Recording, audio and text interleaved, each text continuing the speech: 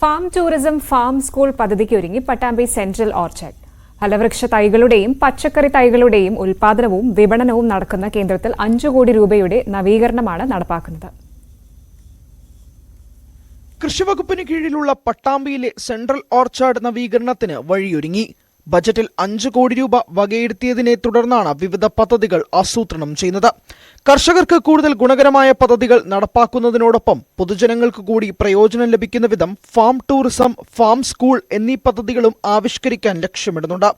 ഇതിന്റെ വിശദ പദ്ധതി രൂപരേഖ തയ്യാറാക്കുന്നതിന് യോഗം ചേർന്നു.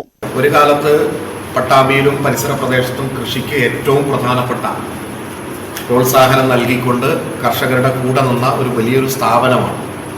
അപ്പം അത് പട്ടാമ്പിയുടെ ഏറ്റവും പ്രധാനപ്പെട്ട അസറ്റാണ്. അതിനെ നവീകരിച്ച് ഏറ്റവും ആധുനികവൽക്കരിക്കുക എന്നതാണ്.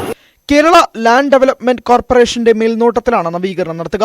കേന്ദ്ര ഓർച്ചാർഡിൽ ഫലവൃക്ഷ തൈകളുടെയും പച്ചക്കറി തൈകളുടെയും ഉൽപാദനവും വിപണനവുമാണ് പ്രധാനമായും നടക്കുന്നത്. 25 ഏക്കറോളം വരുന്ന സ്ഥലത്താണ് പ്രവർത്തനങ്ങൾ നടക്കുന്നത്. വ്യത്യസ്ത ഇനം ഫലവൃക്ഷ തൈകൾക്കും മറ്റുമായി സമീപ ജില്ലകളിൽ നിന്നുമുള്ളവരും ഇവിടെ എത്തുന്നുണ്ട്. തൈ ഉൽപാദനത്തോടൊപ്പം മൂല്യവർദ്ധിത ഉൽപ്പന്നങ്ങൾ തയ്യാറാക്കുന്നതിനാവശ്യമായ പദ്ധതികളും നടപ്പാക്കാനാണ് തീരുമാനം. ന്യൂസ് 18 പട്ടാമ്പി.